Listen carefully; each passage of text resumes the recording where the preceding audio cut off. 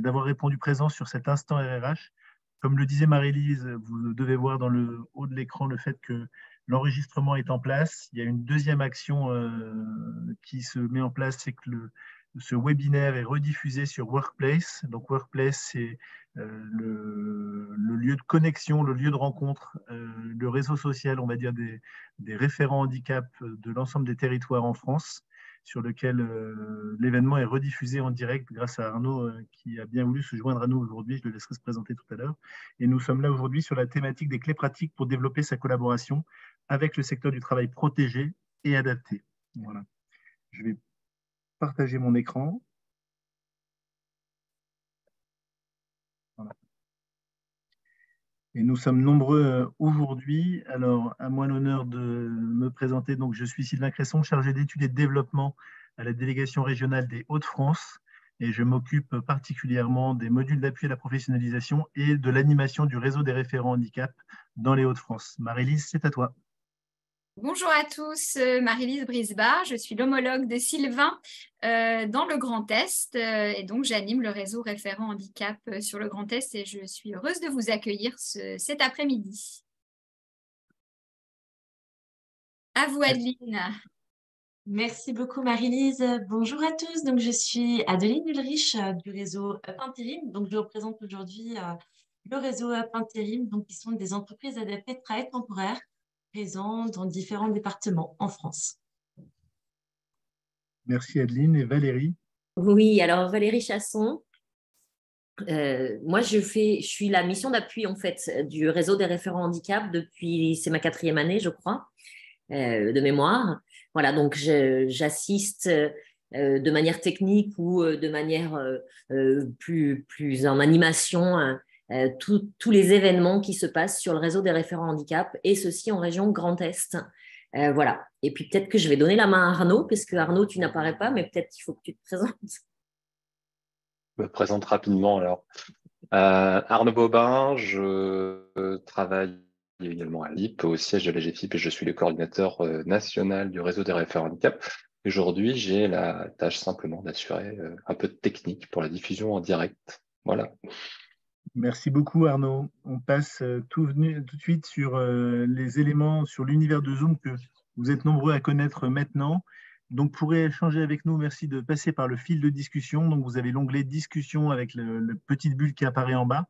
Ça nous permettra d'avoir connaissance de vos messages en direct. Et puis vous avez en bas également l'onglet Q&R, questions-réponses, qui nous permettra en tout cas de nous assurer que toutes les questions que vous auriez à nous poser pendant ce séminaire puissent être adressées. Si jamais nous n'avions pas la capacité de les traiter en direct, on y apportera une réponse par la suite dans les éléments de restitution de cet instant RRH. Je l'ai dit tout à l'heure, mais tout le monde n'était pas encore arrivé. On est dans le cadre d'un instant RRH, donc des modules en webinaire qui sont là pour vous apporter du contenu, du partage de pratiques et également des témoignages sur une thématique particulière, aujourd'hui secteur adapté et protégé. Alors, je prends la main, Sylvain, pour vous expliquer donc l'utilisation de WooClap. Donc, je vous invite toutes et tous à vous connecter, donc soit via vos smartphones, soit via l'ordinateur. Le plus simple étant de le faire via un smartphone, comme ça vous permettra de continuer à assister à cet instant RRH et à pouvoir participer via votre téléphone. Donc, il faut aller sur le site. Il faut aller sur le site wooclap.com, donc www.wooclap.com. Et ensuite, en fonction de l'outil que vous allez utiliser, vous allez arriver sur un écran d'accueil. Et sur cet écran, donc vous avez à gauche l'écran de téléphone et à droite l'écran d'ordinateur. Vous avez un petit carré blanc dans lequel on vous demande un code. Donc, ce code, c'est RRH01 juin, donc tout en majuscule, qu'il faut rentrer. Et ensuite, vous faites Go et vous arriverez sur le site de WooClap. Et chaque fois qu'il y aura une interaction, enfin que Sylvain vous posera des questions, vous pourrez voter, vous pourrez vous exprimer via ce petit outil. Voilà. Et donc, je remettrai régulièrement dans le fil de discussion les codes d'accès pour WooClap. On est déjà à 115 personnes qui nous ont rejoints sur WooClap. Ça augmente à toute vitesse. Super. C'est parfait. Ça va nous permettre de passer très vite sur la deuxième étape. qui est sur l'humeur du jour, et je laisserai la parole à Marie-Lise. Voilà.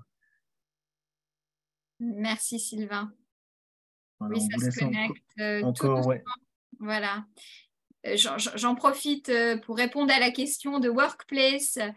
Si vous êtes intéressé, merci de nous le mettre dans le fil de discussion, notamment votre adresse mail et votre région d'origine. Et puis, on vous indiquera les démarches à réaliser. Workplace étant l'espace de coordination interactive du réseau référent handicap pour les référents handicap. On parle sous le contrôle d'Arnaud. Je ne sais pas si ma présentation était juste tout à l'heure. J'ai fait au mieux. C'était très bien. OK.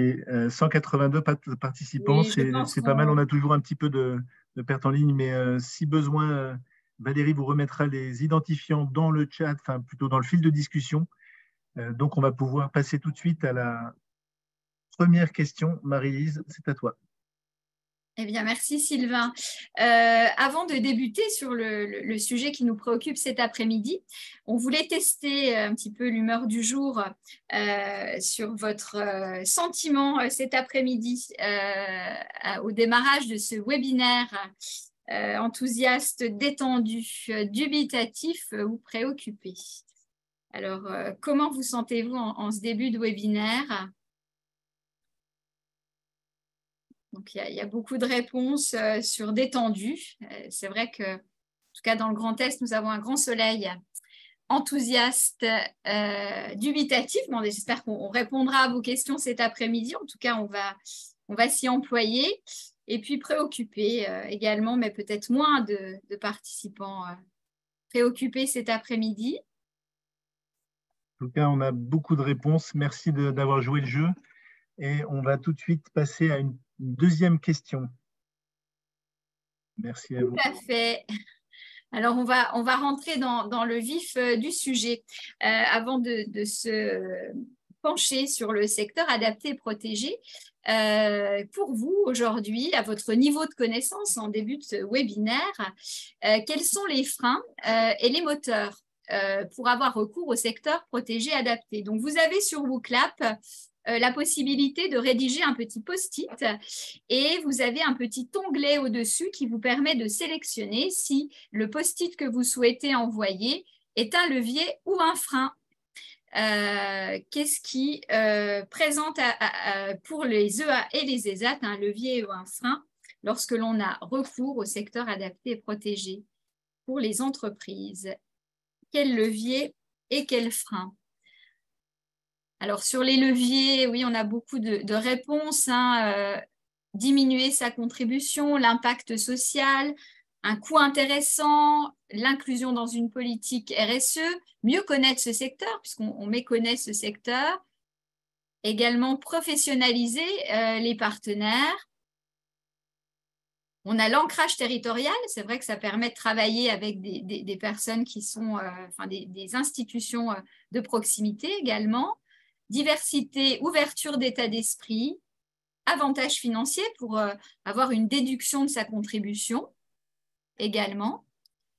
Et puis pour les freins, eh bien, il faut faire changer les pratiques, ce n'est pas toujours simple. On peut méconnaître, donc ce qu'on méconnaît peut faire peur. Le budget, qui parfois peut s'avérer, en tout cas on le croit, plus important. Difficulté d'avoir accès à cette information, comment je m'y prends. La lourdeur des personnes en situation de handicap dans ces institutions et structures. On ne les connaît pas assez. On ne connaît pas leurs compétences ni leurs activités. On a des difficultés à recruter, mais il y a quand même une méconnaissance qui revient. Il y a un sujet autour de la méconnaissance qui revient assez régulièrement. On vous remercie d'avoir joué le jeu sur le sujet. Et puis, on va effectivement essayer de lever ces freins avec les intervenants de cet après-midi et puis de mettre en avant les leviers et ce qui peut finalement présenter un intérêt pour vous, référent handicap, employeur, d'avoir recours à ce secteur adapté et protégé.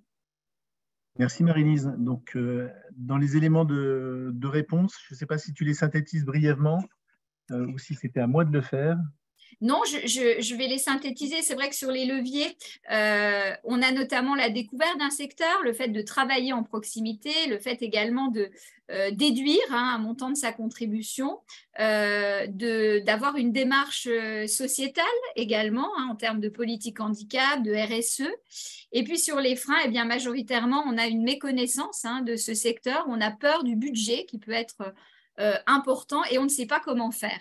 Il y a aussi ce volet-là.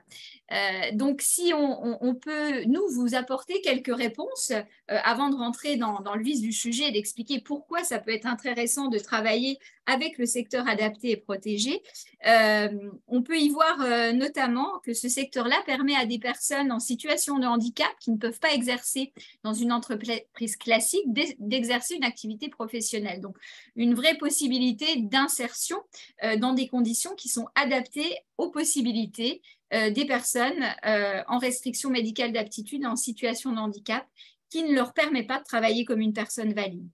Et puis, quand on travaille avec le secteur adapté et protégé, eh bien, on soutient le développement économique local. On peut travailler avec des intervenants de proximité et on encourage la création et la pérennisation d'emplois puisque les personnes en situation de handicap sont 2 fois plus touchées par le chômage que les personnes dites valides.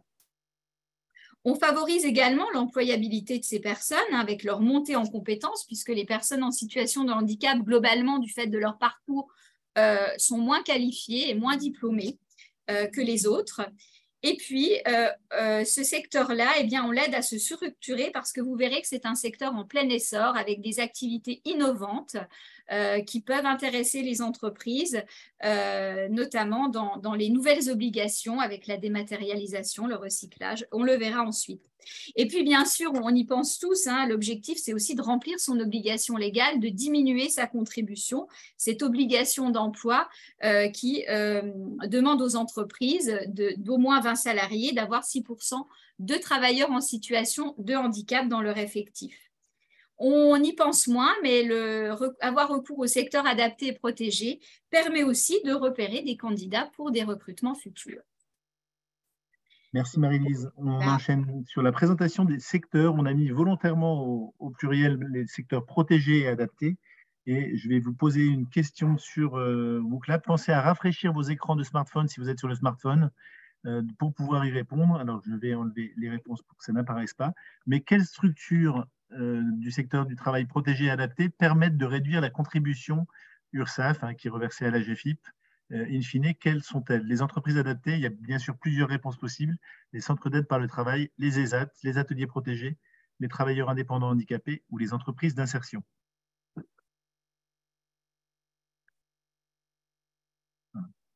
Je vais attendre d'avoir un certain nombre de réponses avant de vous donner le résultat.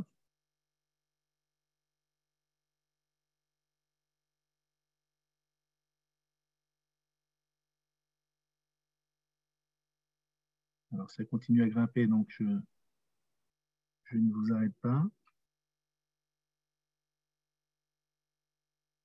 Okay.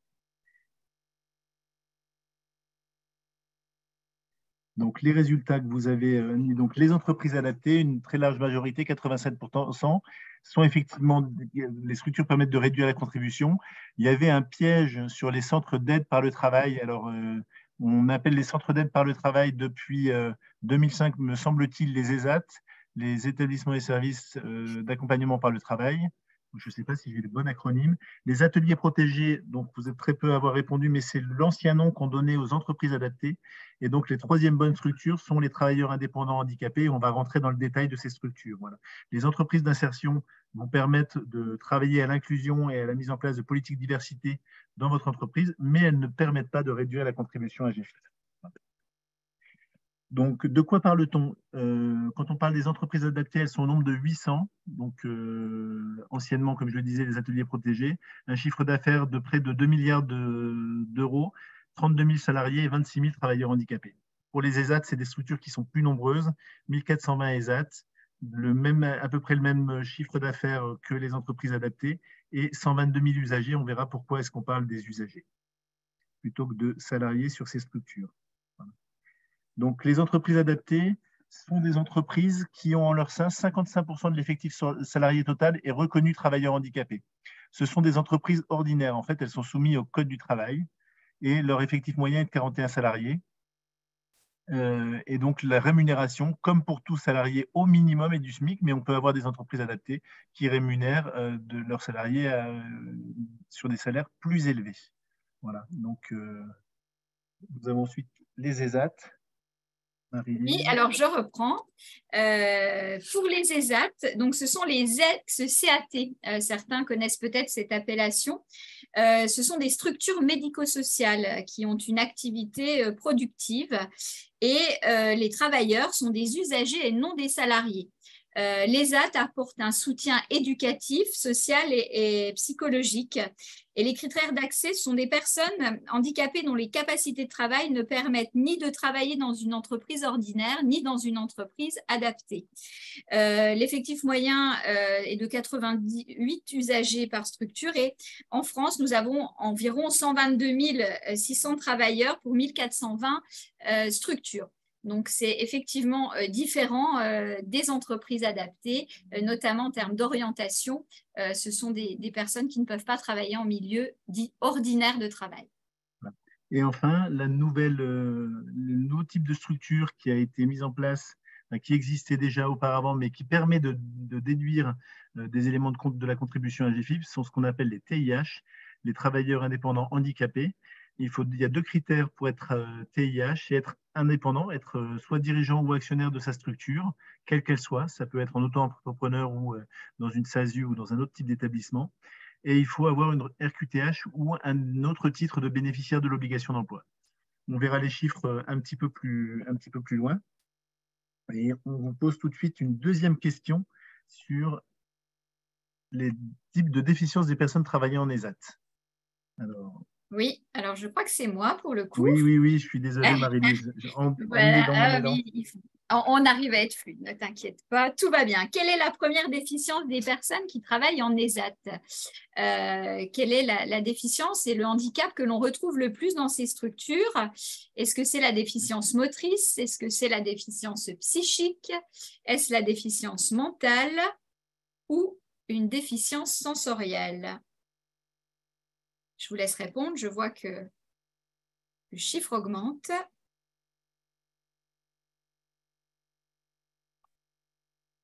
Voilà. Qu'est-ce que l'on retrouve le plus dans ces structures d'établissements et services d'aide par le travail où les personnes ne peuvent exercer un emploi en milieu ordinaire? À votre avis? Je te donne les résultats, Marie-Lise, et puis oui. Je te laisse les commenter. Pas de problème. Alors, vous avez répondu majoritairement à 59% la déficience mentale et tout de même à 22% la déficience psychique.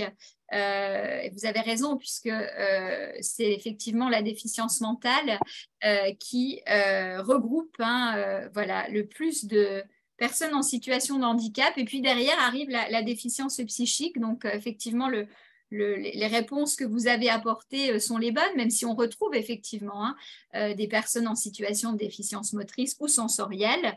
Ce n'est pas la majorité des cas dans ce type de structure. On va pouvoir voir ces ratios juste sur la diapo suivante qui vous montre bien, et vous voyez en jaune, c'est 64% de personnes qui ont une déficience intellectuelle, qui sont finalement qui sont handicapés sur le plan mental et qui bien écoutez, font partie des ESAT de manière majoritaire. On voit également 25% des personnes en situation de handicap psychique ou autisme. Donc si on regarde, c'est près de 90% de personnes, comme vous l'avez finalement identifié, qui sont dans ces 2 situations de handicap, soit mental, soit psychique. On verra juste après la différence. Et puis derrière vient effectivement des handicaps à 1%, 2%, 3%, où vous avez des personnes qui sont déficiences auditives, visuelles, motrices et ce que l'on peut connaître. Alors, quelle est la différence entre le handicap Et c'est important de le préciser parce qu'il y a souvent confusion. Ce qu'on appelle handicap mental, c'est la déficience intellectuelle. C'est lorsque une personne est limitée dans ses capacités intellectuelles et qui, en clair, a un niveau de quotient intellectuel inférieur à la moyenne. Et c'est souvent des handicaps dont la stabilité dans les manifestations peut être invoquée. Il n'y a pas de fluctuation. Sur le handicap cognitif, alors sur ce volet-là, on cible souvent les personnes autistes ou les personnes, ce qu'on dit troubles 10, dyslexie, dyspraxie notamment, dyscalculie, tout ce qui regroupe ces troubles 10. Et là, seules certaines fonctions cognitives sont touchées et ça n'entraîne pas forcément une réduction du niveau intellectuel. Et puis, on a le handicap psychique qui résulte d'une maladie mentale. Alors, c'est à ne pas confondre avec le handicap mental, qui est juste au-dessus et qui regroupe la déficience intellectuelle. Là, on est bien sur des déficiences qui sont en lien avec le relationnel, avec également des difficultés de concentration. Là, ce qu'on évoque sur ce type de handicap, c'est une variabilité dans ces manifestations, contrairement à la déficience intellectuelle dit handicap mental. C'est que la personne garde toutes ses facultés intellectuelles, mais a en tout cas des conséquences dans le comportement qui peuvent mettre la personne en difficulté dans son environnement professionnel. Merci Marie-Lise. Donc on enchaîne avec une nouvelle question. On rentre dans le vif du sujet sur les métiers. C'est une des questions que vous vous posiez. On ne connaît pas forcément l'offre. On va faire appel à votre intelligence collective. Sur les métiers traditionnels, quelles sont les activités que vous connaissez déjà du secteur adapté et protégé? Et là encore, en cliquant dans les métiers traditionnels, vous pouvez l'onglet les métiers innovants. Et voilà. Et donc nous préciser les métiers innovants que vous connaissez sur le secteur adapté et protégé. Je vois effectivement que vous posez sous-traitance, c'est très juste, on y viendra, mais n'hésitez pas à détailler sur des types de métiers particuliers. Voilà. Alors, je vais me permettre en tout cas juste de basculer la numérisation dans les métiers innovants, parce qu'on n'est pas forcément, il n'y a pas énormément d'entreprises adaptées et des apps qui le font, mais c'est une réalité dans les métiers innovants. Ce que vous avez posé dans les métiers traditionnels, c'est les activités d'entretien, donc les activités de ménage, de la saisie, le paysagisme, donc l'entretien des espaces verts, la blanchisserie, c'est très juste, la production de fruits et légumes, alors c'est moins courant, mais ça existe également, voilà. L'administration, l'imprimerie, la dimension traiteur, je les balaye à toute vitesse, papeterie et services, alors on verra sur ce point-là, sur la notion de papeterie, vous avez dit tout à l'heure dans les freins que parfois on avait des dimensions commerciales peu scrupuleuses. Ça peut arriver sur la papeterie, on en reparlera. Donc, ce n'est pas forcément quelque chose qu'on va privilégier parce que la main-d'œuvre est relativement limitée. Et on verra qu'une des clés sur le secteur, si on veut développer dans la durée le secteur adapté et protégé, c'est de pouvoir trouver des productions qui soient compétitives en termes de prix. Et c'est rarement le cas en papeterie. Voilà les dimensions de conditionnement que j'ai supposé lire ou deviner derrière la partie de sous-traitance. Opérateurs de production, parfois des personnes qui viennent sur les lignes de production. On va se tourner maintenant vers les métiers innovants. Je suis désolé de ne pas pouvoir tout lire, mais vous êtes trop nombreux à répondre. Donc, la partie informatique, numérisation, donc gestion GED, gestion électronique de documents, qui est un point important. Pour aller plus loin que la partie horticulture, des conseils au jardin, la transcription audio, des techniciens informatiques. On a dans le Nord une entreprise adaptée qui s'appelle Compétences, qui est sur les métiers du numérique. Donc, ça existe également. On voit l'informatique revenir. Des éléments sur du matériel numérique reconditionné, donc qu'on appelle également la D3E, la destruction des équipements électroniques et électriques, les ESN. Donc, on revient sur la dimension informatique qu'on ne soupçonne pas forcément sur ces métiers. Les postes de développeur web, informatique et réseau. La relation client, des centres d'appel en entreprise adaptée ou en ESAT, ça existe. De l'infographie, des vidéastes et des… Alors, le youtubeur, moi j'ignorais que c'était un métier, mais ça c'est mon côté old school, mais en tout cas vidéaste, donc ça doit également exister si vous l'avez mentionné sur la dimension de youtubeur, en tout cas je suppose de community manager si j'élargis. La dimension de conciergerie, de codage, voilà. Donc, on voit qu'on peut avoir énormément de métiers et une personne qui nous remet toutes les compétences possibles en EATT, agence d'intérim pour TH. Alors oui, mais il faut effectivement pouvoir trouver les compétences requises, mais en tout cas, il n'y a pas de frein particulier sur ces métiers. On voit qu'il y a une dimension d'innovation très forte. Merci à tous. Alors, j'en découvre également l'accueil dans les cabines d'essayage, la réparation de vélos. Merci de ces idées. On voit également prestations intellectuelles, formation, gestes et posture. On essaiera en tout cas dans les commentaires de pouvoir vous redonner toutes ces images, toutes ces notions. Donc, les activités traditionnelles, vous les avez trouvées, la sous-traitance industrielle, la mise sous pli, l'entretien des locaux et la conquête de nouveaux marchés, tournée vers l'environnement, le recyclage, la valorisation des déchets et une activité très forte en tertiaire qui est en train de se développer. Et ce qu'on n'a pas noté, on vous a mis numérisation et GED, mais également cette dimension de SN, de structures qui sont spécialisées en informatique, mais pas que, comme vous avez pu le préciser. Donc, les tendances très lourdes qui vont structurer ce secteur, c'est une exigence de qualité. De plus en plus d'entreprises adaptées et des ont des certificats professionnels, des labels, ils se professionnalisent. Et il y a une dynamique de diversification et de tertiarisation des activités. On vous a remis l'ensemble en tout cas, une structuration de l'offre de produits et services des ESAT et des EA. Dans 14 pôles de compétences. Alors, je ne vais pas tous vous les lire, mais on a une dimension de prestations administratives. Les premières sont du conditionnement, les espaces verts, le nettoyage et l'entretien. Mais vous trouvez des choses comme les prestations administratives, les services généraux, les productions industrielles ou agricoles, comme c'était indiqué dans vos réponses. Vous avez également une dimension de communication et marketing, du second œuvre et des travaux de décoration, donc dans la construction et le bâtiment, des productions alimentaires, de l'impression, de la reprographie et du marquage, de l'artisanat, des énergies, de travail dans l'énergie, l'environnement et la gestion des déchets, et l'informatique et les services numériques. C'est plus confidentiel, mais ça se développe fortement. Donc, on le voit, en tout cas, je vous parlais des tendances importantes. On a des établissements de plus en plus intégrés dans le tissu économique ordinaire et qui ont pour donneur d'ordre des grandes entreprises et des PME, donc ce qui représente 70% du chiffre d'affaires des entreprises adaptées. L'engagement dans les démarches qualité, on en a parlé, et une tendance à la diversification des activités avec des souhaits de se développer et déjà des développements dans 5 activités différentes en moyenne dans une entreprise adaptée.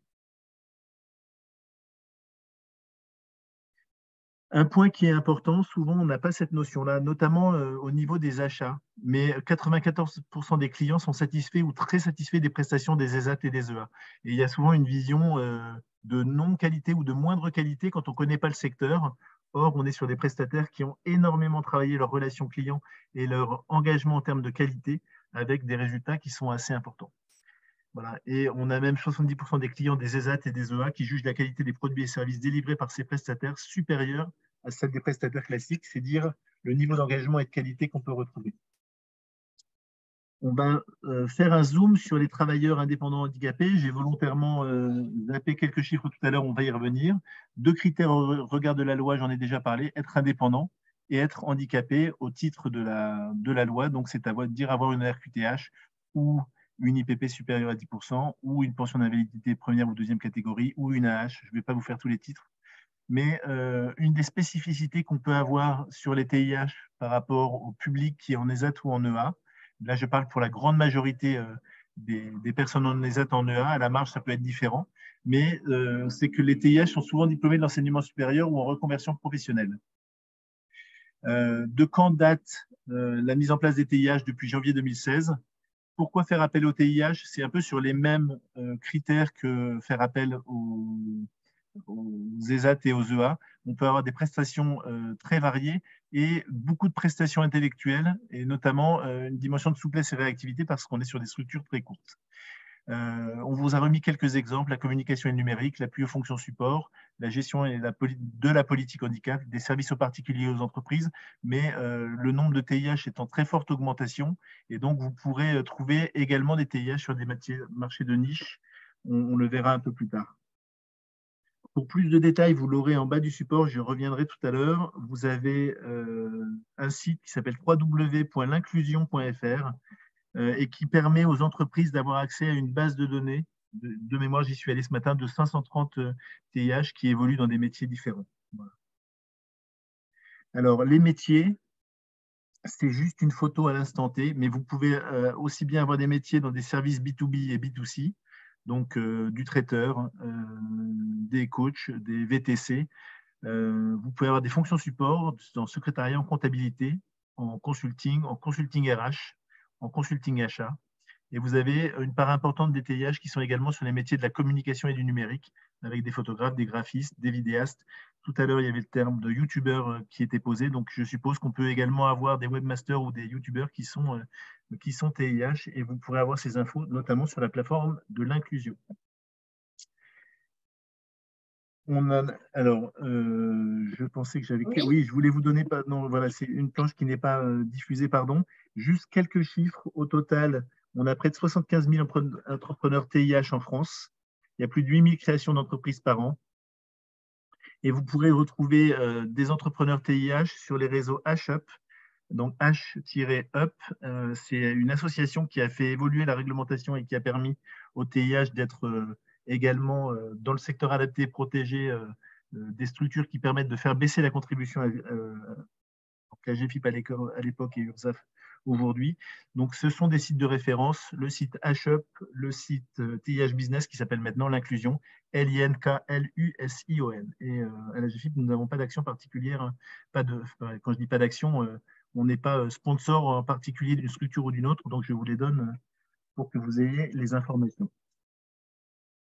Je reviens sur les structures du secteur adapté et protégé. Ces structures ESAT et EA sont très généralement structurées autour d'associations gestionnaires, c'est-à-dire gestionnaires d'établissements médico-sociaux et qui assurent la mise en réseau de leurs différents établissements. Donc, ces associations portent, comme je le disais, généralement des ESAT et des EA. La plus importante en termes d'effectifs est l'UNAPI.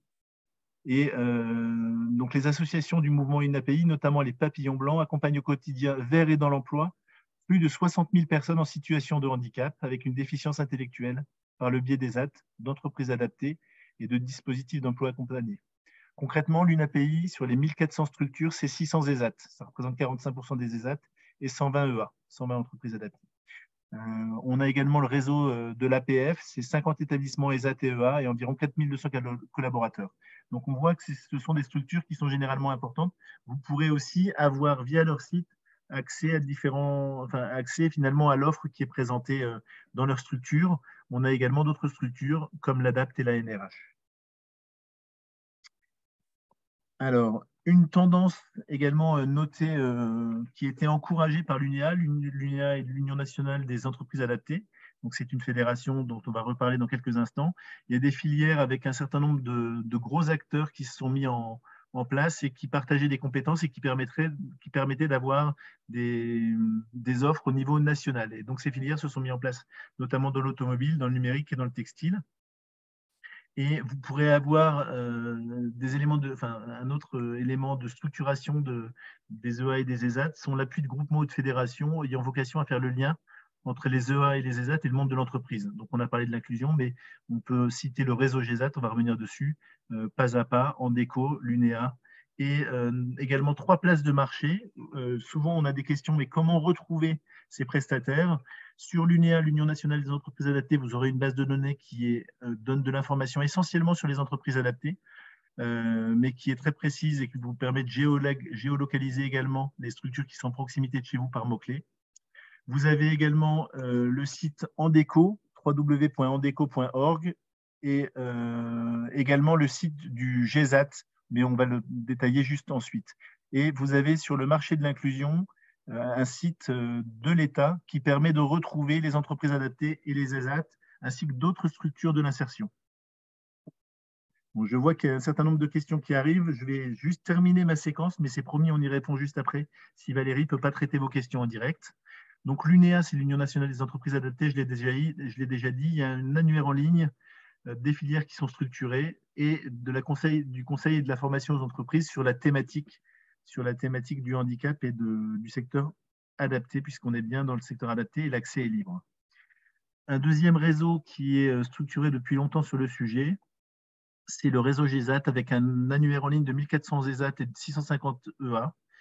De mémoire, à moins que ça ait changé depuis, il y a l'accès libre aux informations principales. Voilà. Et si vous voulez accès à une base multicritère, l'accès est plus limité. Je pense que l'accès est payant. Mais il y a déjà une mine d'informations en accès libre. Il suffit de vous inscrire sur www.réseau-gsat.com. La troisième plateforme, le marché de l'inclusion.beta.gouv, vous permet d'avoir accès aux structures non pas TIH, pardon, ESAT, EA, et puis structures de l'insertion, là encore, par secteur d'activité, par périmètre géographique, par type de structure. Donc, c'est assez bien fait, et là encore, c'est en libre accès. Je regarde ma montre et je crois que… On est parfait, hein, je j'ai crois. encore 1 minute pour vous parler du CDD Tremplin. Merci Marie-Lise. Alors, le CDD Tremplin, on est sur une expérimentation qui est toujours en cours, mais dont la décision a été prise par le gouvernement de la pérenniser. Donc, c'est quelque chose qui a maintenant près de 5 ans. Et le CDD Tremplin permettait à une EA agréée, fallait qu'elle soit agréée, et à une personne handicapée, en situation de handicap, de conclure un contrat variant entre 4 et 24 mois. Et donc, cette personne devait être sans emploi ou qui courait le risque de perdre son emploi, et ça lui permettait de rentrer dans l'entreprise adaptée agréée. Concrètement, l'idée de construire un parcours individualisé pour que le salarié acquiert une expérience professionnelle, bénéficie d'une formation et d'un accompagnement afin de faciliter sa transition professionnelle vers les autres employeurs privés ou publics. C'est pour ça qu'on appelait ça CDD Tremplin. C'était vraiment dans la logique de pouvoir passer dans une entreprise adaptée agréée et de retrouver les entreprises classiques à l'issue du CDD Tremplin. Pour l'entreprise, ça leur permettait de repérer des candidats pour des recrutements et éventuellement de les tester en mise à disposition lors de prestations de services offertes par les entreprises adaptées. Voilà. Et je crois qu'on est à 14h40, donc à la minute près dans le timing. Et je ne sais pas si on avait un temps de questions-réponses. Il y a quelques questions. Il y a beaucoup de messages par rapport à l'échange qu'on a eu sur Workplace, la diffusion en direct. Donc, je vais juste faire une incise en vous disant que on vous enverra le formulaire pour que vous le réadressiez à l'ensemble, parce que beaucoup ont l'air intéressés, pour que vous vous adressiez à vos régions de référence et pouvoir vous inscrire, si certains sont intéressés, à nous renvoyer le formulaire. Donc, puisqu'il y a beaucoup de personnes qui l'ont mis dans le fil de questions-réponses. Alors, Sylvain, peut-être sur des questions auxquelles je n'ai pas répondu. Il y avait notamment quelqu'un qui avait entendu dans ton discours le nom de la société dans le Nord sur les métiers du numérique. Est-ce que tu peux la citer également? Il y avait compétences dans ce… oui, alors c'est compétences, COMPE-THANCE de mémoire, voilà. Voilà, et puis il y avait également une question mais je pense qu'on y a un petit peu répondu en démarrage de séquence, qui nous demandait d'énumérer les instances qui sont habilitées à les contacter pour démarcher, parce que la personne est souvent démarchée de façon frauduleuse, chaque jour avec des appels téléphoniques, et elle voudrait bien, j'imagine, valider que les appels émanent bien des AT et de A reconnus. Dans ces cas-là, demandez le SIREN, voilà, ou le SIRET de l'établissement, et allez vérifier. En mettant généralement le SIREN, on voit si on arrive sur le site et que c'est une entreprise adaptée ou non.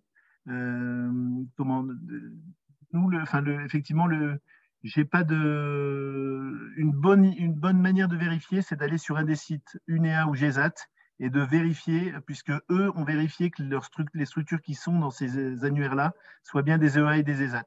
Donc, si c'est un ESAT, le site du GESAT, ou celui dont je vous parlais juste avant, la plateforme du gouvernement, le marché inclusion.beta, si vous y trouvez ces structures, vous êtes à l'aise, en tout cas sous la rubrique ESAT ou EA. Mais sinon, effectivement, méfiance. Une autre personne, Sylvain, nous avait posé la question, mais auquel j'ai répondu en direct, mais peut-être que c'est intéressant de le repréciser pour tous.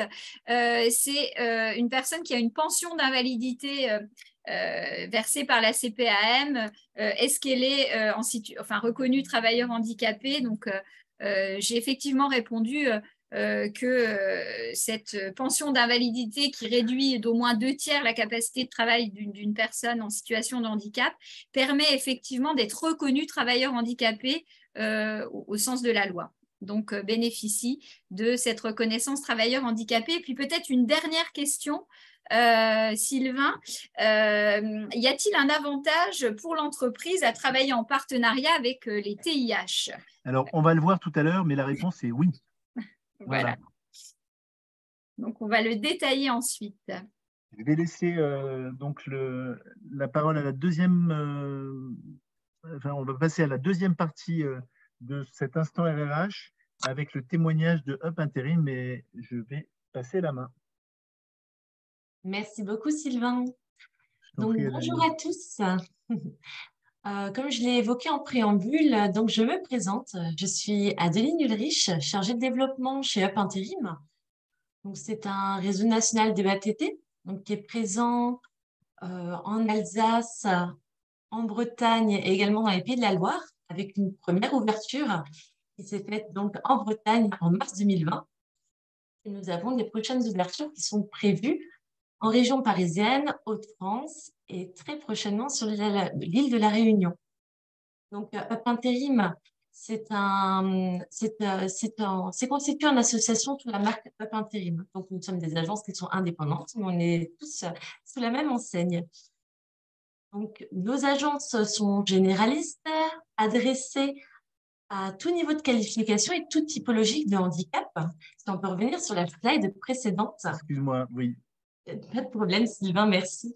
Comme vous l'avez pu le constater par rapport à notre réseau, on a voulu faire un focus sur notre chiffre d'affaires qu'on a réalisé, nous, sur les agences en Alsace au bout de la première année d'activité, puisque nous, on a ouvert nos agences à Strasbourg et Mulhouse en simultané en fin d'année 2021. Donc, ça peut montrer que c'est un modèle qui fonctionne plutôt bien. On est réalisé au bout d'un an un peu plus d'1 million d'euros de chiffre d'affaires avec 43 entreprises clientes, avec une dominante sur les métiers de l'industrie et du tertiaire, pour 27 sorties positives. Donc, pour rappeler ce qu'est la sortie positive, c'est des contrats en CDD de plus de 6 mois ou des embauches en CDI. Et nous avons totalisé plus de 1600 personnes inscrites en fin d'année 2021. Pour un modèle qui existe depuis peu, et ça, je vais l'évoquer par la suite. Donc, on reprend sur qu'est-ce qu'est une EATT. Donc, une EATT, c'est une entreprise adaptée de travail temporaire. C'est un dispositif souhaité par l'État en 2018 sous la loi à venir pour réduire le taux de chômage des personnes en situation de handicap. À noter que seule une entreprise adaptée peut ouvrir une EATT. C'est un dispositif particulier. L'objectif est d'accompagner les personnes vers un emploi durable, notamment avec pour objectif un taux de sortie positif minimum de 30%. Donc, ça reprend ce que je disais auparavant. Il faut qu'il y ait au moins 30% des personnes qui passent par notre agence, donc par des contrats de travail temporaires, qui ressortent de notre agence avec un CDD de plus 6 mois ou un CDI. Pour cela, le dispositif prévoit un accompagnement des personnes en situation de handicap afin de valoriser leurs compétences et de mettre en œuvre des actions par la formation, par exemple, pour favoriser leur accès à l'emploi durable.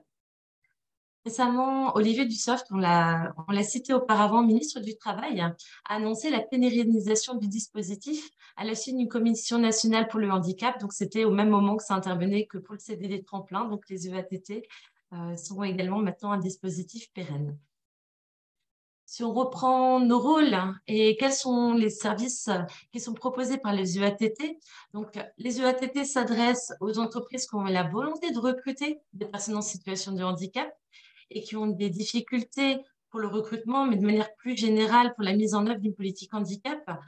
L'offre de services est basée sur le recrutement en travail temporaire et également en CDD-CDI. Le travail temporaire est finalement une passerelle pour ces personnes pour accéder à l'emploi durable. Moi, c'est comme ça que j'aime l'annoncer, j'aime le dire. Nous identifions les compétences requises. Donc ça, c'est pour la démarche en elle-même. Donc, on organise des visites de poste, des évaluations de poste également, des évaluations de la compatibilité du handicap avec le poste afin de créer un matching en cohérence avec les besoins des candidats, mais également avec les besoins de l'entreprise, tout en prenant en compte les besoins en compensation.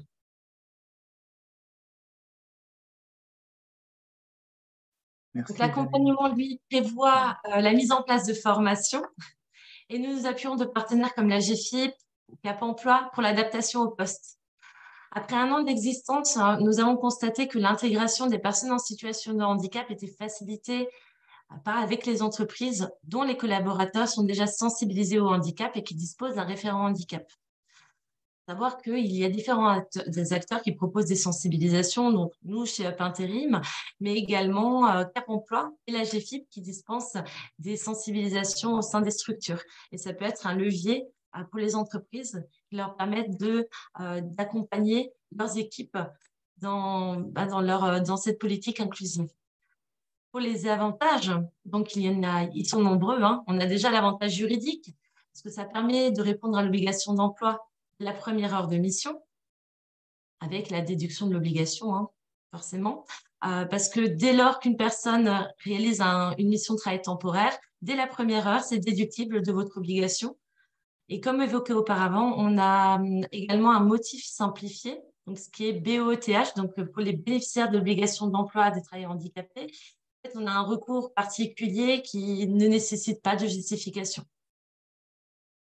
Comme autre avantage, forcément, la marque employeur, ça renforce l'image de votre entreprise. On peut parler, par exemple, des labels Handi accueillants.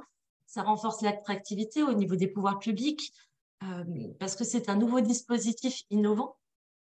Des potentiels nouveaux collaborateurs également, parce qu'aujourd'hui, encore plus aujourd'hui au niveau du recrutement, afficher des valeurs notamment inclusives est important au regard des candidats. Et là, ça permet de prouver un engagement par des actes concrets. On peut également citer le fait de faire appel au milieu adapté qui permet, dans le cadre de la démarche RSE, de gagner en visibilité pour les appels d'offres. D'un point de vue économique et commercial, le développement de l'activité, ça peut être aussi un levier, puisque la mise en place d'une activité spécifique en lien avec des personnes en situation de handicap peut, à terme, permettre de pouvoir diversifier l'activité. On favorise également l'innovation, parce qu'en faisant évoluer les conditions de travail pour l'ensemble des salariés de la société, en sachant que la RQTH est en majorité liée au vieillissement, donc une personne sur 2, au-delà de 50 ans, peut être concernée. Avec le recul du départ de l'âge à la retraite, l'aménagement des postes devient un enjeu majeur pour le maintien à l'emploi de vos salariés. Donc, dès lors qu'on intègre des personnes en situation de handicap dans une structure et qu'on doit, par exemple, aménager des postes, on peut mûrir une réflexion pour l'ensemble des salariés de la structure pour amener à ce maintien dans l'emploi de manière durable pour l'ensemble des salariés. D'un point de vue managérial, maintenant, management inclusif, la remise en question, ça amène une remise en question des techniques managériales, donc tout ce qui est en lien avec l'évolution des méthodes, permet de mobiliser les managers en les rendant acteurs de l'intégration des personnes en situation de handicap. Cette évolution des méthodes oriente forcément une entraide, une cohésion et un esprit participatif au sein des équipes. Donc, c'est un levier très conséquent qui peut avoir des avantages sur plein de domaines différents. Et je voulais conclure par cette remarque.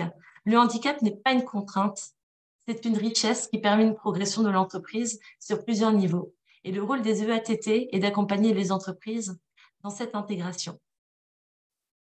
Et donc, pour répondre aux questions que je vois défiler, je suis passée rapidement dessus, mais c'était sur la première carte. Effectivement, on est présent pour l'instant en Bretagne et de la Loire, en Nouvelle-Aquitaine et en Alsace. Et nous avons des ouvertures qui vont se faire également en région parisienne, Hauts-de-France, et très prochainement sur l'île de la Réunion. Le but, c'est d'étendre notre réseau national. On répond déjà à des appels d'offres nationales, mais l'idée, c'est de pouvoir couvrir l'ensemble des territoires. Voilà. Merci beaucoup, Adeline. Il y avait une question. Vous ne recrutez pas dans les Hauts-de-France. Alors, pour information, on va y revenir, mais il y a des EATT qui sont habilités au niveau national. Et donc, dans chaque région, il y en a. Il y en a dans les Hauts-de-France, il y en a 2. Une qui s'appelle Altereos, qui est habilitée à porter une EATT, et une deuxième, je regarde mes fiches, qui s'appelle APIC, et donc dans lequel vous pourrez trouver ce type de structure. Voilà, donc j'espère que ça répond aux questions. J'ai vu aussi de nombreuses questions sur là encore la partie de démarchage abusif. Alors, c'est pas, faut imaginer, on a plus de 2000 structures en EA et en ESAT. Donc, en fait, c'est une toute petite poignée de structures qui ne sont pas des EA ou des ESAT qui viennent vous démarcher de manière parfois. Alors, on peut avoir parfois quelques ESAT ou EA indélicat, mais c'est relativement rare. Si en tout cas certaines viennent mettre en avant, c'est ce que je lisais dans le chat, le fait qu'elles se rapprochent de la GFIP, vérifiez bien qu'il s'agit de la GFIP AGE FIPH, parce qu'il y a pas mal de personnes qui viennent effectivement vous démarcher de manière très volontaire. Si vous avez un doute, à la fin de la présentation, vous retrouverez des contacts en région donc dans chaque délégation régionale de la GFIP. Vous pouvez toujours poser la question à votre délégué, enfin à votre chargé d'études ou via la boîte mail que vous trouverez en fin de présentation pour demander si ces structures sont bien la GFIP ou non. Et nous, on vous conseille de les mettre à distance. Voilà. Et on le verra un peu plus tard. Un des points essentiels, c'est que le secteur adapté et protégé, il a les moyens, il est aidé dans ses actions par des aides au poste, par un certain nombre d'appuis de l'État. Et donc, il peut tout à fait être compétitif. Donc, si vous avez des tarifs qui sont tout à fait exorbitants, vous n'êtes absolument pas tenu de donner suite à des actions avec le secteur adapté et protégé. Mais là encore, on est sur des choses à la marge qui viennent polluer un peu l'image du secteur. Donc, est-il possible, je prends les questions, je crois qu'on a encore un petit peu de temps, Marie-Lise. Oui, on a un petit peu de temps. Alors, c'est vrai que la liste, vous aurez bien la liste en fin de présentation et bien sûr, le support vous sera communiqué. Il y a beaucoup de questions là, sur le sujet. Donc, vous aurez effectivement des contacts et cette liste-là. Malheureusement, sur la liste transmise, on n'a pas de ATT à la Réunion, en tout cas pour le moment. Je n'en ai pas. Peut-être que depuis la publication en début janvier, peut-être que Adeline, on ne vous entend pas. L'agence, justement, qui va être sur l'île de la Réunion, j'ai encore vu le dirigeant, le futur dirigeant de la structure au mois de mars. Il m'a dit que ça ne tardait pas à arriver. Donc, je pense que d'ici le mois de septembre, elle devrait ouvrir. Elle devrait ouvrir ses portes à ce moment-là. Les délais sont assez longs du point de vue législatif pour le montage d'une ATT. Donc, effectivement, la mise en œuvre, la mise en place, du moins, est parfois un petit peu délicate. Mais ça ne serait que tardé.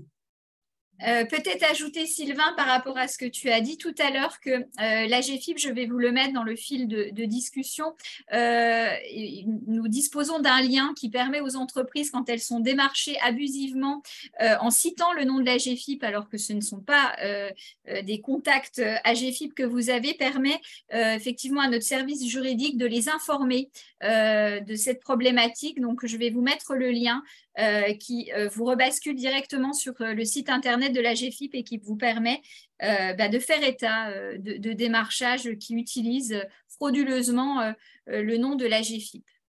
Voilà, peut-être terminer. Alors, il y a une question concernant le quota légal d'emploi de travailleurs handicapés, une personne qui ne peut pas, enfin en tout cas qui n'emploie pas de personnes en situation de handicap. Comment on fait? On va avoir une partie juste derrière, Sylvain, sur l'obligation d'emploi et comment y répondre, en tout cas comment faire diminuer sa contribution via le recours à la sous-traitance, à la mise à disposition via ces structures. Donc, on y répondra. Il y a une question qui est très juste, d'une personne qui demandait est-ce que les sites valent référence, en tout cas, par exemple, le site Endeco, est-ce qu'on peut considérer que si une EA est sur le site Endeco, que c'est bien une EA? Et il y a une réponse de Madame Jeunet, je vous remercie. Donc, je vous invite à demander l'agrément du ministère à l'EA ou à l'EATT qui vous démarche. C'est le premier document officiel qui permettra pour vous d'être sûr que vous êtes bien face à une EA ou à une structure du secteur adapté et protégé. Merci beaucoup de cette réponse. Voilà. On continue, Marie-Lise, du coup? Oui, on continue. Bon, très bien. Alors, on faisait la synthèse sur la diapo suivante. On a déjà répondu à beaucoup de questions des EATT. Donc, aujourd'hui, c'est 23 organismes qui sont habilités. On ne va pas revenir sur l'objectif qu'on a énoncé de favoriser l'insertion des personnes en situation de handicap dans le monde du travail. Il faut quand même savoir qu'elles ne peuvent être créées que par des entreprises adaptées, ces EATT, avec 100% de travailleurs handicapés. On voit que ça diffère d'autres dispositifs. Et l'objectif étant d'amener 30% de travailleurs temporaires à un CDD de plus de 6 mois ou à un CDI. Et Adeline nous a bien dit que c'était la priorité aussi, le recrutement et l'insertion durable. Et puis, eh bien sûr, du côté de l'employeur, eh bien, contrairement au travail temporaire classique, vous n'êtes pas obligé de justifier du motif de recours au travail temporaire pour les personnes en situation de handicap. Donc, il y a plus de flexibilité et moins de contraintes sur ce volet. Voilà sur cette partie. On va passer à la suivante qui traite du secteur protégé adapté en pratique. Sylvain. Voilà, merci. Donc, je prends la main sur la suite. En fait, dans le recours au secteur adapté et protégé, il y a différents types de contrats. Ça, alors, je ne suis pas juriste, donc j'ai essayé de simplifier au maximum les informations qu'on va vous transmettre. Mais il faut savoir qu'il y a deux types de contrats. Des contrats qui vont être commerciaux, à but lucratif, et des contrats non commerciaux. Donc, l'idée, ce n'est pas d'aller plus vers l'un ou vers l'autre, mais surtout de bien comprendre la différence entre les deux pour savoir ce qui peut être, en tout cas, dans votre philosophie quand vous allez avoir une action avec le secteur adapté et protégé. Que ce soit, ça marche aussi bien en EA qu'en ESAT. Concrètement, dans les contrats commerciaux, vous allez avoir une prestation de service et donc un contrat qui définit les tâches à réaliser, un prix forfaitaire pour la prestation. Alors, je vais prendre une activité classique de conditionnement. Vous devez monter 5000 mitigeurs de robinet. Donc, vous allez donner une date de réalisation de la tâche du 1er juin au 15 juin. Il faut que ces 5000 robinets soient montés, donc avec différentes pièces à conditionner, et vous allez demander un prix forfaitaire pour chacune des actions menées. Ce prix ne va pas varier en fonction du temps que va passer l'ESAT ou l'EA à la réaliser. On sait que c'est 1 € pièce sur ce type d'équipement. Et donc, la tâche, si vous en avez 5000 à faire, ça sera 5000 €, même si l'ESAT ou l'EA met 15 jours, 3 semaines, ou est particulièrement long pour le réaliser, peu importe. Ces actions de prestation de service, elles peuvent se dérouler au sein de l'EA ou de l'ESAT, mais également sur votre site. Ce n'est pas le fait que ce soit sur votre site qui va changer le type du contrat. Voilà. Et donc, ces prestations de service, elles se rapprochent très fortement, finalement, des actions que vous pouvez avoir avec un prestataire dit classique. Vous avez un deuxième type de contrat, et là, il faut bien se pencher sur la philosophie du contrat. C'est un but non lucratif, et là, c'est la logique d'intégration au sein d'une entreprise classique d'un travailleur handicapé issu d'EA ou d'ESAT pour une période donnée. Concrètement, vous allez avoir, par exemple, Thomas, usager d'ESAT, qui va venir chez vous pendant une durée qui peut aller jusqu'à 12 mois renouvelable en ESAT, donc pendant 10 mois, et qui va vous aider éventuellement sur une chaîne de conditionnement. Et là, vous n'allez pas avoir une production définie, mais c'est bien un collaborateur d'ESAT ou d'EA qui vous rejoint, qui rejoint votre entreprise pendant une période donnée. Concrètement, dans les mises à disposition, on est sur des tarifs moindres puisque l'ESAT ou l'EA n'a pas le droit de prendre un bénéfice, sinon on serait sur du prêt de main-d'œuvre illicite. Donc, on est sur une mise à disposition qui sont généralement sur des tarifs inférieurs, mais il faut bien comprendre que si le salarié est absent, il ne sera pas remplacé, ce n'est pas sur une logique de production. Normalement, ces structures-là ce type de contrat est mis en place en vue d'une embauche. Voilà. Et donc, maximum 1 an renouvelable, on peut avoir ces éléments-là. En tout cas, le CDD tremplin vient compléter ce type de mise à disposition puisqu'on est bien sur une personne et se substitue dans certains cas à cet aspect de mise à disposition. Donc, les deux sont possibles. Si vous avez une tâche bien définie, pensez une prestation de service. Si vous avez une logique d'intégration ou d'inclusion à moyen terme, pensez à la mise à disposition. Alors, une petite question qui n'est pas si anodine que ça. On va vérifier vos compétences sur le sujet de l'économie de contribution à GFIP ou de contribution à URSSAF que vous pourriez avoir. Si vous avez une facture de 11 000 € de chiffre d'affaires et de 10 000 € de CA utile, donc sur ces 11 000 € de chiffre d'affaires, il y a 10 000 € de CA utile. On verra ce qu'est CA utile, mais c'est notamment le CA utile, le chiffre d'affaires, moins les... Je suis obligé de regarder moi aussi, moins les coûts de structure, moins par exemple les frais de commercialisation et d'encadrement. Combien allez-vous pouvoir déduire? Voilà. 30% de 10 000 €, 3 000 €, 30% de 11 000 €, soit 3 300 €, 50% de 15 000 €, soit 7 500 €. Alors, c'est une question, on a conscience qu'elle n'est pas simple. Donc, on vous pardonnera la réponse et on va vous réexpliquer le mécanisme ensuite. Donc, pour ceux qui n'auraient plus accès à WooClap, pensez à rafraîchir vos téléphones. Voilà. ou sinon éventuellement nous mettre votre réponse dans l'onglet discussion. Je vais attendre d'avoir un peu plus de répondants.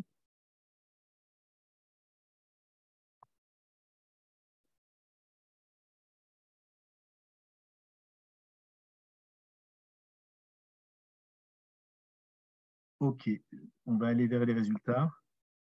Alors oui, une très large majorité, ça continue, de réponses positives. Le montant en fait, qu'on va pouvoir déduire des actions avec le secteur adapté et protégé, donc avec les EA, les ESAT et les TIH, correspondent à un calcul de ce qu'on appelle le CA utile, on va le voir.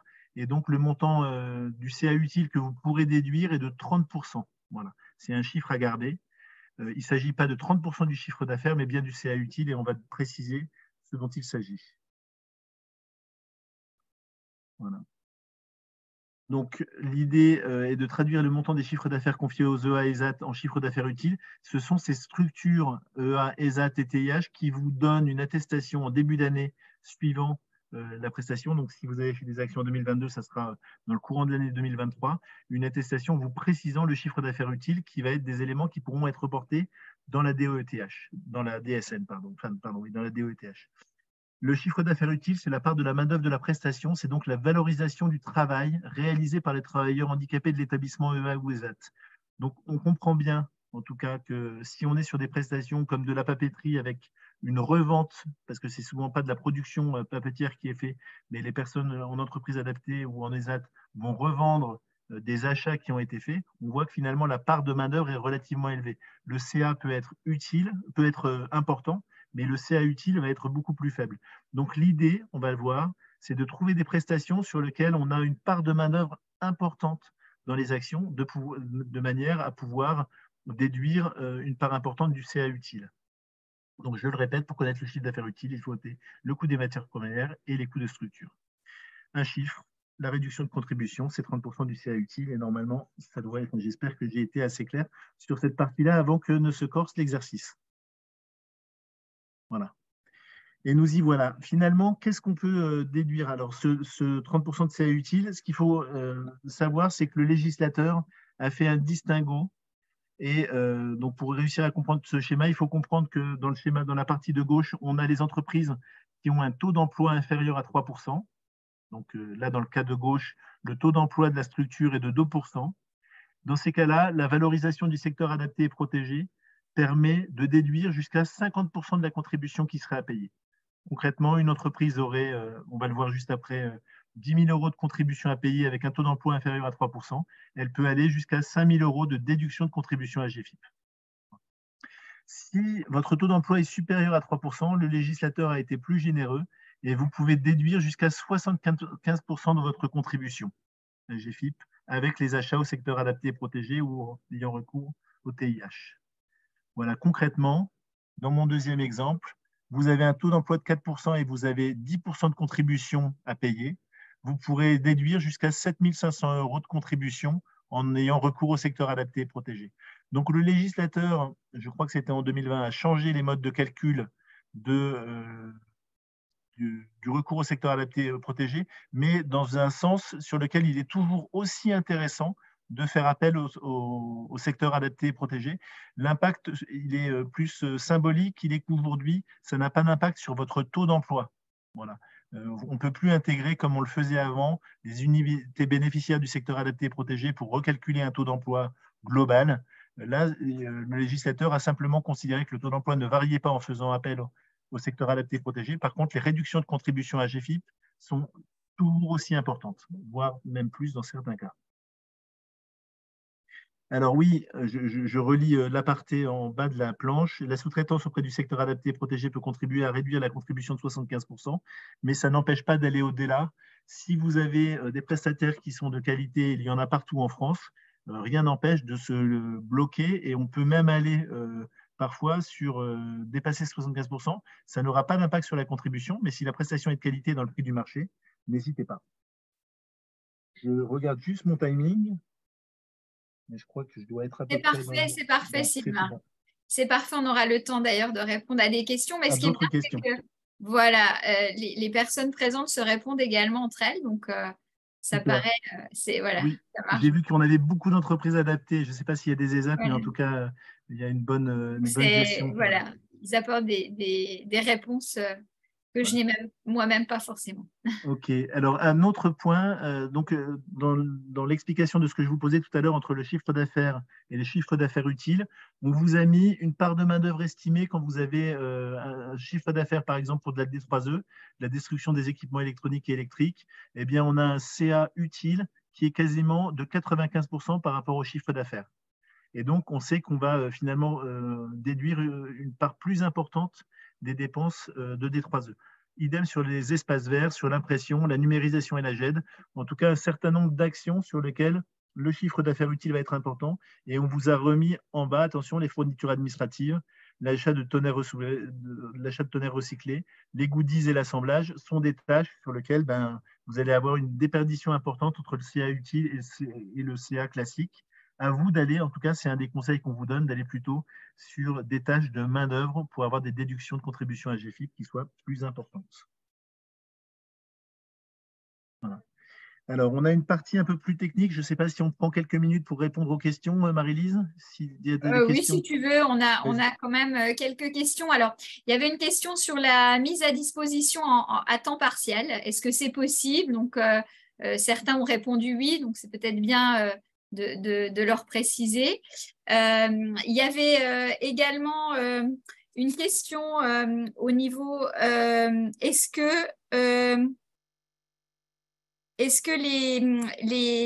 toutes les EA et les ESAT proposent de la mise à disposition à but non lucratif? Donc, Madame Jaunet nous expliquait, elle, que non et que le contrat EATT peut être plus adapté et plus souple. Exactement. Bon, voilà. C'est parfait, j'ai plus de réponse. Merci Madame Jaunet, je crois que c'est la deuxième question auquel vous répondez pour moi. Merci. Bon, on pourrait vous donner la parole, mais sur le point de vue du webinaire, 273 personnes, c'est pas toujours compliqué, voilà. Mais on avait effectivement des questions. Et puis peut-être aussi, il y avait des questions par rapport au calcul. Et c'est vrai que Adeline Aubry nous indique que le simulateur sur le site de la GFIP est intéressant pour faire des calculs, c'est-à-dire que ça permet effectivement à l'entreprise, notre simulateur pour évaluer la contribution pour les entreprises peut être un bon indicateur pour les entreprises qui souhaitent simuler la baisse de leur contribution suite à un montant chiffre d'affaires utile avec le recours au secteur adapté protégé. Alors, on a Catherine, Nicolas et Élise de Toquin qui lèvent la main. Nous vous proposons de poser vos questions là encore dans le fil de discussion. On essaiera de les prendre. Voilà. Je vais aller tout de suite dans le fil de discussion si vous les posez. Voilà. Oui, donc alors, et la contribution, donc ça, tu as répondu également. Alors, il y avait une question également, enfin une remarque. Les PMSMP, les périodes de mise en situation en milieu professionnel, permettent de rentrer dans l'effectif DOETH. C'est juste, mais là, on est vraiment sur, pour le coup, le recrutement direct, comme vous recruteriez une personne. On n'est pas sur de la réduction de contribution à GFIP. Là, on est sur des actions qui vont permettre directement d'impacter votre taux d'emploi et de bénéficier de baisse de contribution. Mais on n'est pas dans le cadre du secteur du travail protégé et adapté. Alors, merci pour Madame. On a également quelques autres questions. Bonjour, savez-vous si la liste des postes ECAP va évoluer au vu des nouveaux métiers émergents en énergie? Alors, je ne connais pas l'évolution, mais il a été posé dans une note avec les 17 actions qui ont été décidées il y a quelques semaines par le gouvernement sur le secteur adapté protégé, sur le handicap et l'emploi, de réfléchir à nouveau à cette liste des ECAP. Je ne peux pas vous en dire plus pour l'instant, mais en tout cas, il y a un souhait de la faire évoluer. Alors, c'est un peu un serpent de mer. Il y a longtemps qu'on aborde ce sujet pour le faire évoluer. Elle n'a pas évolué, je pense, depuis une vingtaine d'années maintenant. Mais il y a néanmoins le fait de la faire évoluer qui a été reposé par le gouvernement. On a également une question. A-t-on un quota pour la déduction ESAT pour la contribution? Donc, je pense que c'est ce que tu viens d'expliquer. Oui, 50% pour les entreprises dont le taux d'emploi est inférieur à 3% et 75% pour les personnes pour les taux d'entreprise dont le taux d'emploi est supérieur à 3%. Je remercie Muriel Legros pour la petite correction. La D3E, c'est les déchets d'équipements électriques et électroniques. Donc, plutôt de parler de destruction des D3E. Donc, merci de votre précision. On a également Marie-Pierre Combe qui demandait comment est calculée globalement la contribution. Alors aujourd'hui, on ne va pas pouvoir rentrer dans le détail de tout le calcul puisqu'on cible les EA et les ESAT, mais c'est vrai qu'on a un guide pas à pas qui, en tout cas, est en lien sur notre site internet sur lequel vous pouvez télécharger ce guide. On a également, comme je l'ai dit, un simulateur. Et aujourd'hui, on s'est attaché sur la déduction liée au secteur adapté et protégé. Voilà.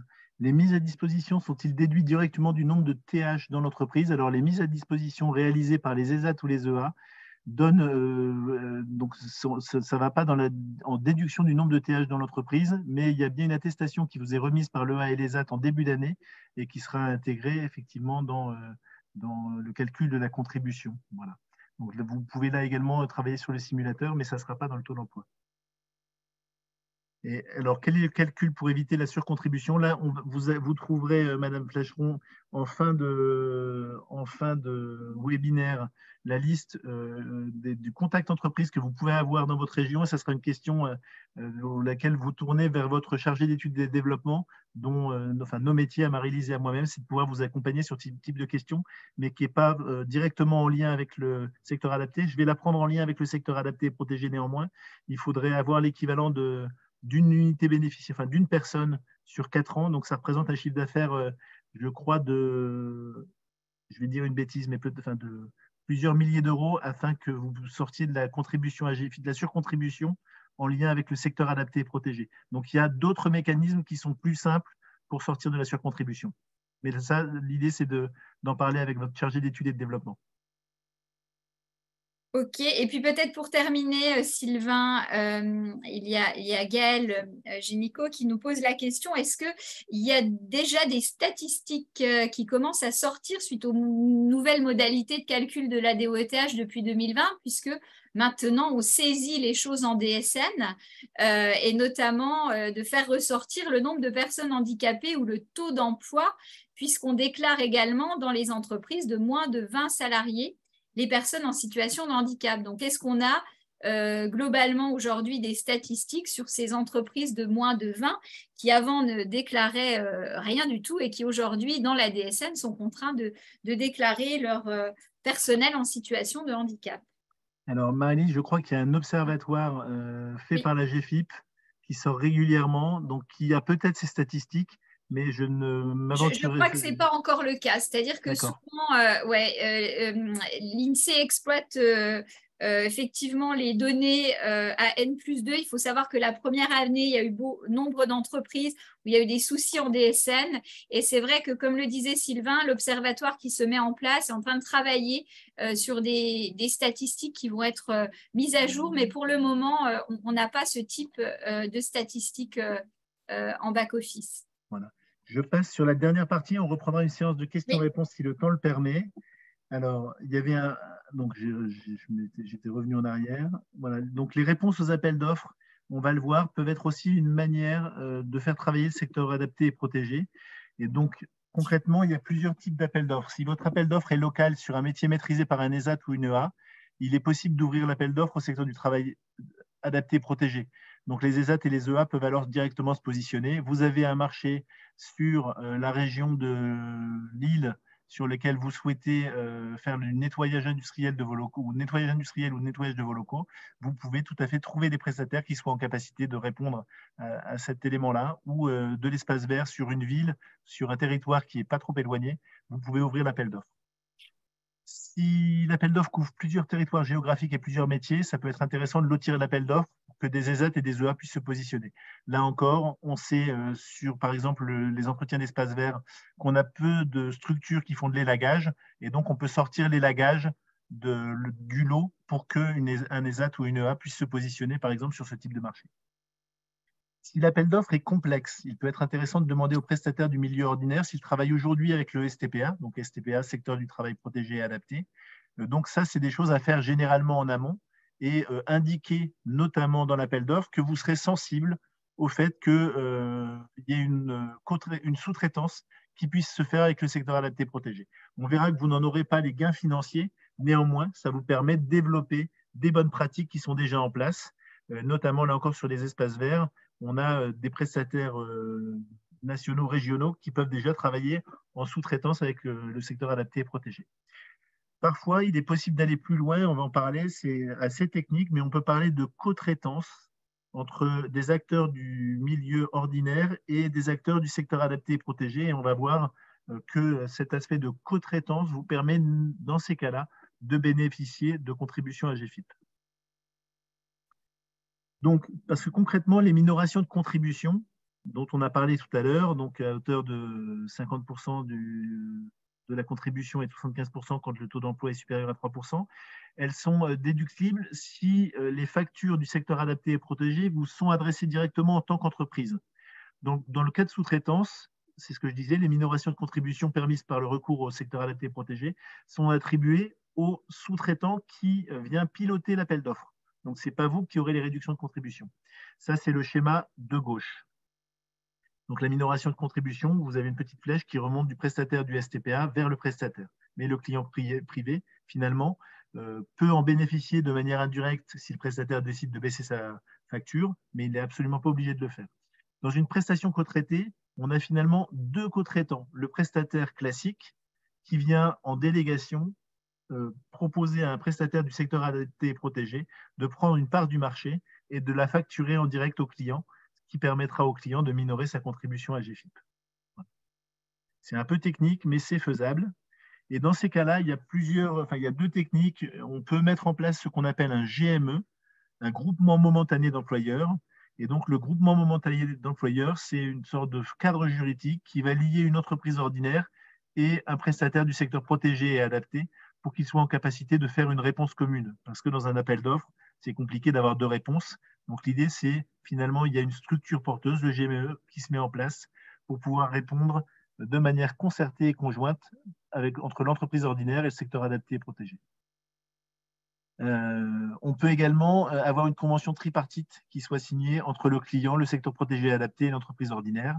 Si vous voulez plus de conseils sur ce type de structure, n'hésitez pas à vous rapprocher des réseaux comme le GESAT ou Andeco qui pourront éventuellement vous accompagner dans ce type de recherche de solutions juridiques à mettre en œuvre.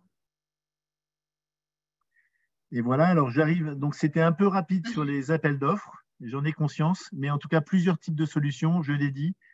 Et puis, en tout cas, l'idée, c'est que les appels d'offres soient aussi une manière d'intégrer le secteur adapté et protégé de manière durable dans vos organisations et dans la logique de vos achats. Est-ce qu'il y a d'autres questions, Marie-Lise ? Oui, il y a quelques questions, Sylvain. Je pense qu'on peut prendre les dernières.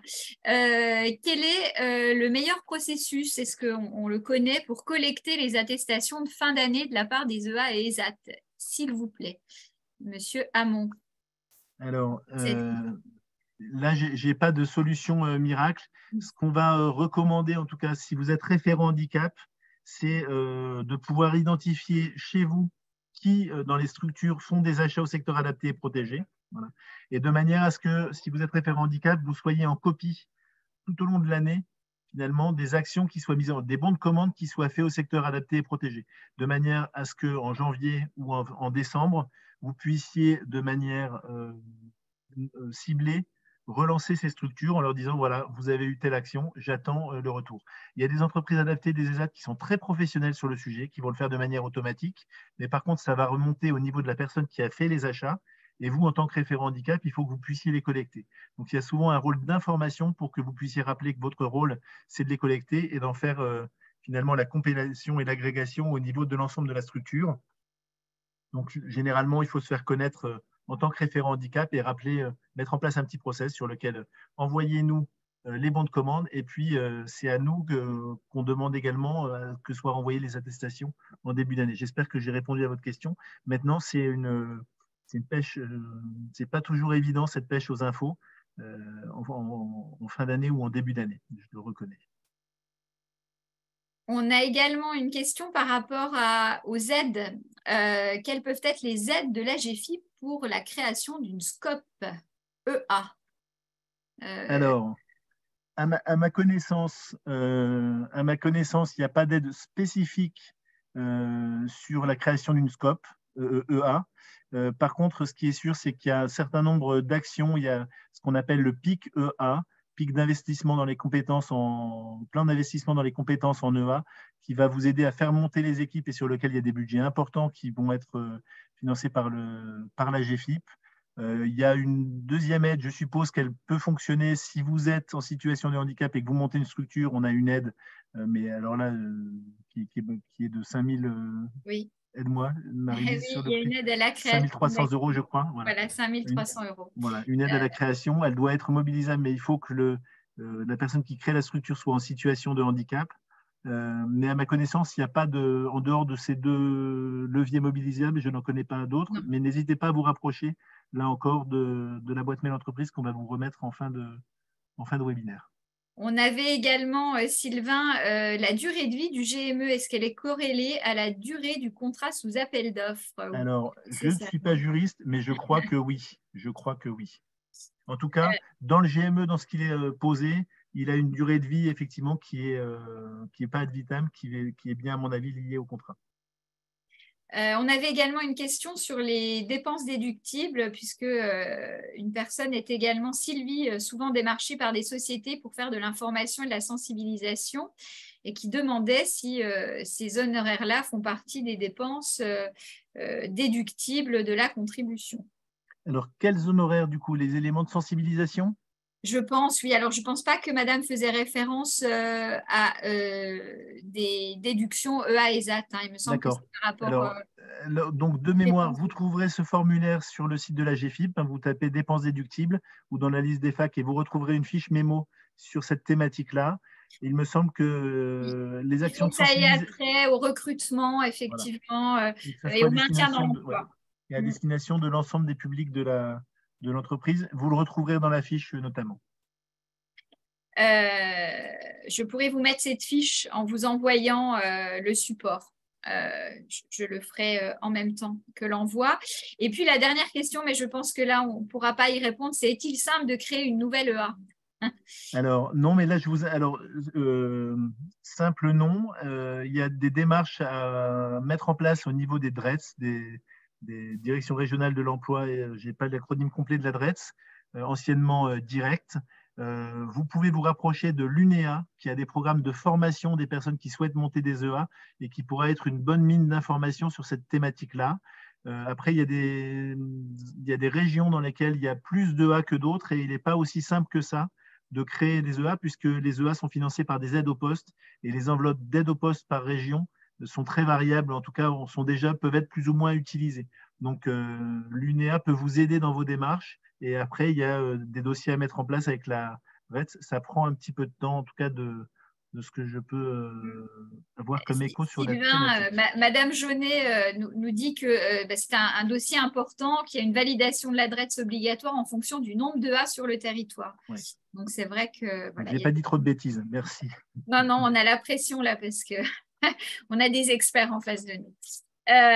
Écoute, je crois qu'on peut terminer sur ce sujet.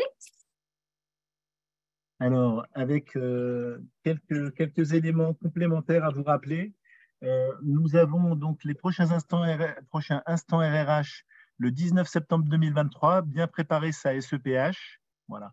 Et puis, un deuxième instant RRH le 17 octobre, une marque employeur en dit responsable. Quels avantages pour mon entreprise? Vous retrouverez les informations sur Workplace. En tout cas, ce sont des instants RRH nationaux sur lesquels vous êtes également invités à vous inscrire. Je crois qu'on a terminé. En tout cas, il nous reste à vous remercier. On est un peu en avance, c'est parfait. 3 minutes d'avance. Marie-Lise, est-ce que je te laisse le mot de la fin? En tout cas, je vous remercie. Marie-Lise, ton micro est coupé? Oui, mon micro est coupé. Je bute sur la technique en fin de parcours. Voilà. Je vous lance un petit sondage de questionnaire de satisfaction. Je vous remercie d'y répondre avant de vous déconnecter. On vous remercie pour votre attention, pour toutes vos questions. On espère y avoir répondu. Et puis, on vous enverra donc le support, la fiche de dépenses déductibles.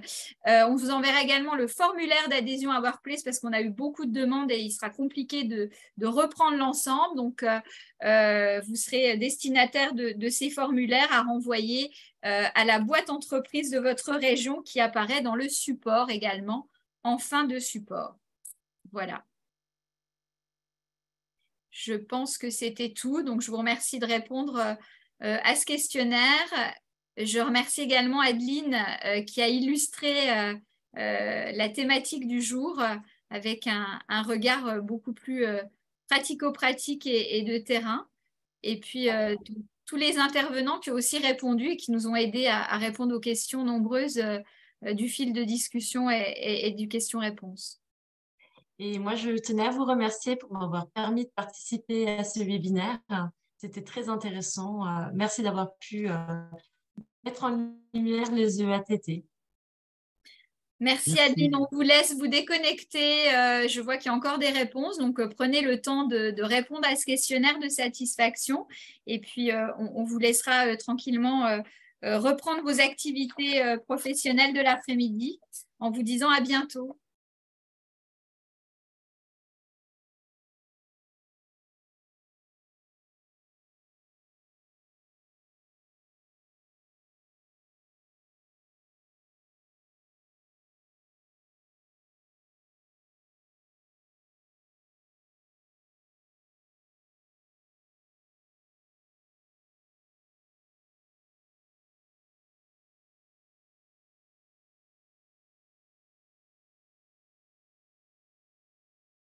Marie-Lise, on se rappelle à ce moment-là, peut-être en direct sur un lien Zoom?